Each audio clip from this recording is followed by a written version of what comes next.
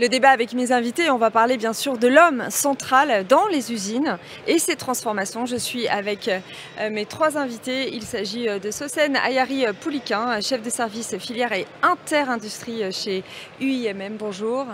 Bonjour.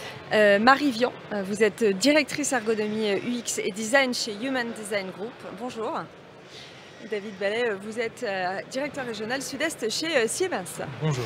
Alors, on l'a vu, bien sûr, on va parler de l'homme au cœur des usines, de ces transformations. Depuis 2020, la présence du numérique dans les usines s'est fortement accélérée. En 2025, d'ailleurs, avec le lancement de cette troisième phase de stratégie nationale sur l'IA, l'industrie et notamment les usines vont devenir un laboratoire où toutes les innovations vont émerger. On va commencer avec vous, Sosen. Déjà, revenir sur les missions de UIMM et ensuite aller se questionner sur les conséquences directes pour l'humain dans les usines.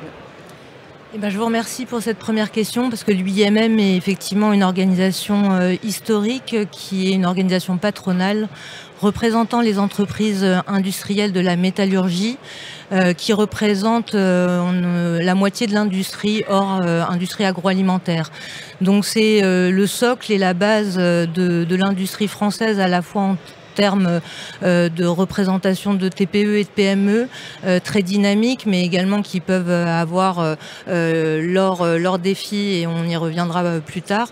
Et l'UIMM est le porte-voix de ces entreprises industrielles, avant tout dans les territoires, et ces 59 chambres syndicales territoriales qui accompagnent au quotidien les entreprises industrielles sur leurs enjeux de ressources humaines, de dialogue social, de RSE, et également plus largement de performance industrielle.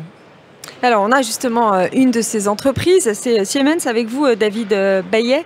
C'est quoi, déjà, rapidement, quelques missions chez Siemens que vous avez envie de mettre en avant et qui pourront justement faire le lien avec cet aspect crucial et les enjeux essentiels de cette révolution pour l'homme?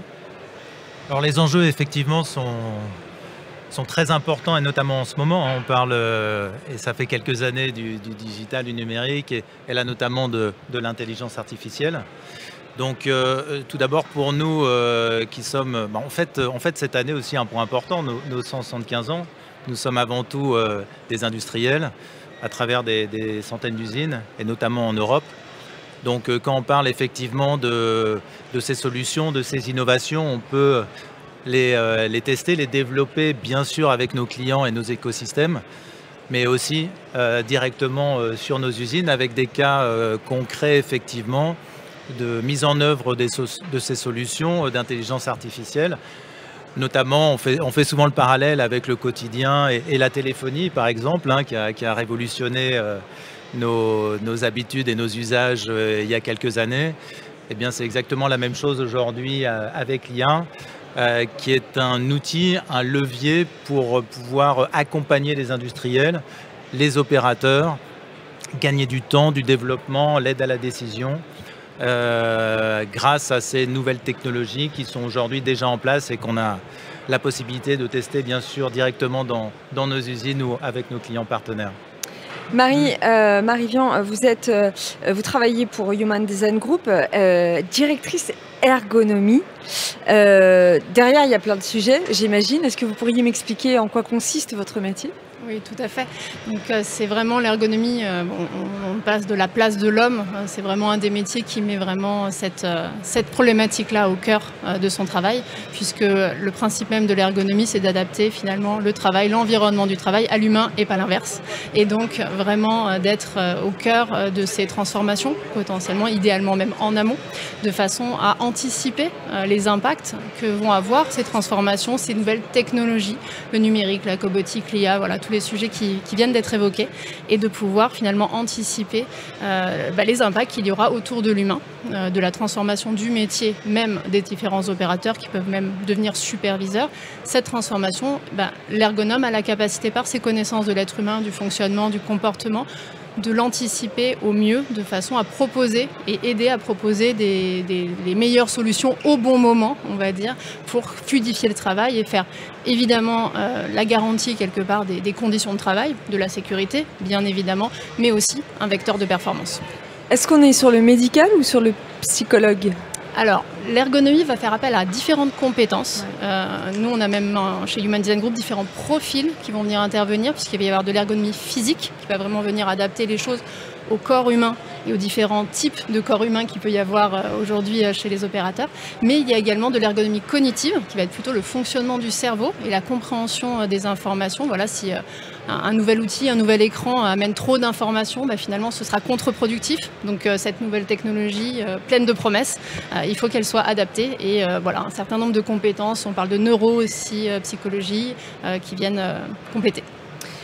Savsan, quelles sont les principales transformations, vu qu'ils voyaient énormément de chefs d'entreprise et puis d'humains qui travaillent, des principales technologies qui vont transformer l'impact de l'industrie aujourd'hui?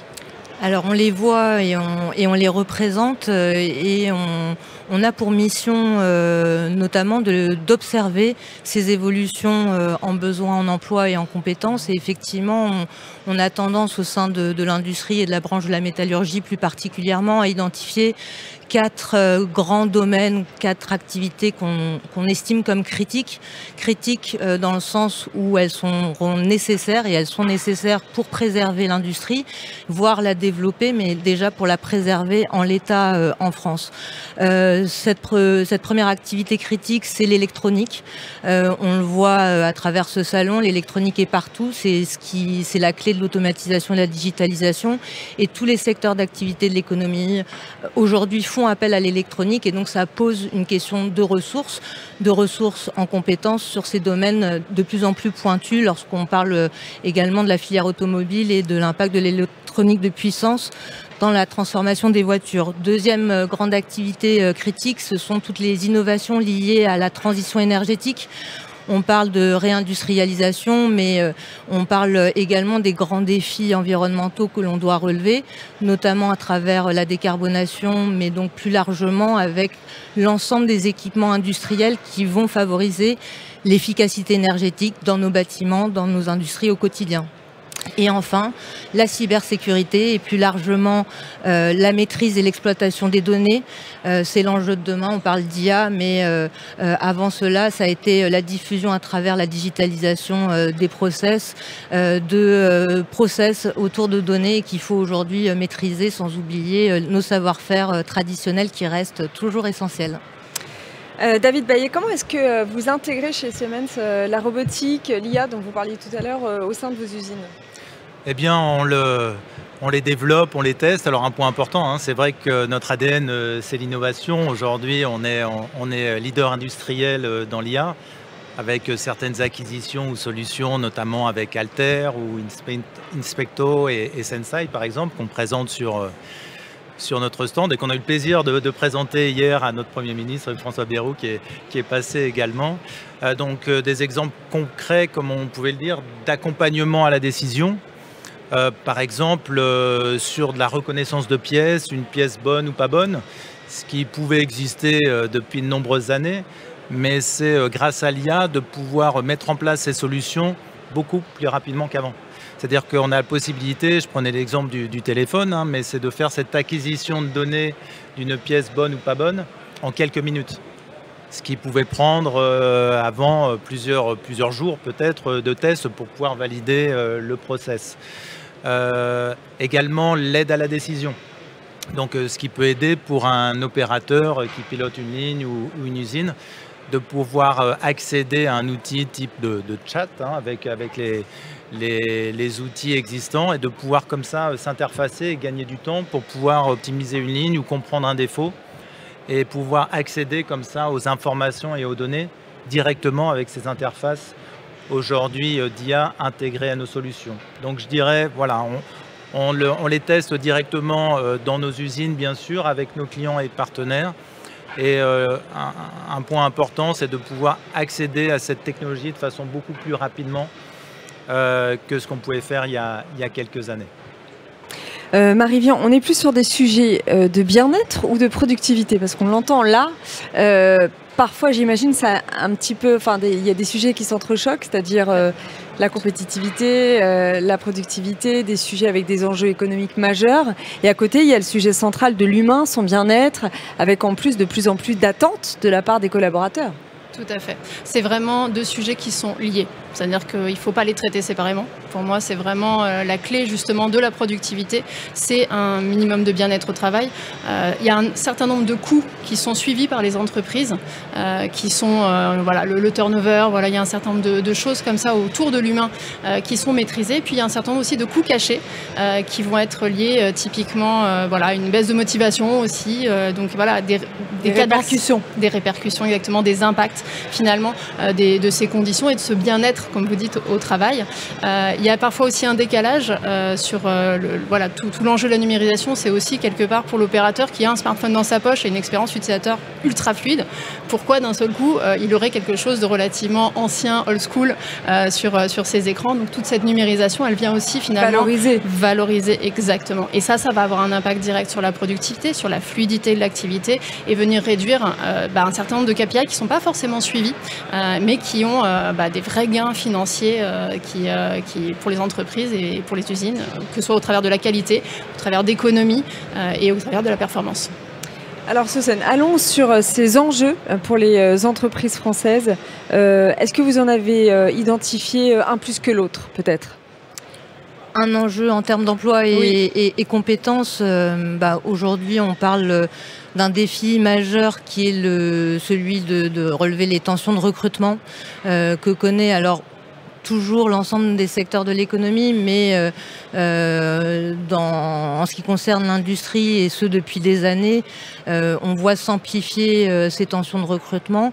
On en connaît les causes souvent, un manque d'attractivité des formations qui mènent à ces métiers, un manque d'attractivité parfois même de ces métiers, même si des grands efforts ont été réalisés, et on voit bien que dans l'opinion publique française, la réindustrialisation a permis de remettre l'industrie, on va dire, dans le cœur des Français. Et donc dans les défis des compétences en termes de recrutement, ce sont des volumes très conséquents qui sont effectivement adressés avec des compétences techniques spécifiques qui demandent parfois de la dentelle.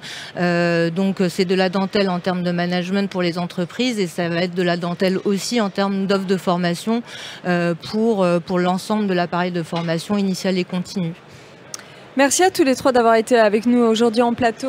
Je rappelle que vous êtes respectivement Saucène Ayari-Poulika, chef de service filière et interindustrie chez UIMM. David Bayet, vous êtes directeur régional chez Siemens de la région du Sud-Est. Et Marie Vian, vous êtes directrice ergonomie, UX et design chez Human Design Group. Merci d'avoir été avec nous aujourd'hui dans Smart Industry. Bonne fin de salon à tous.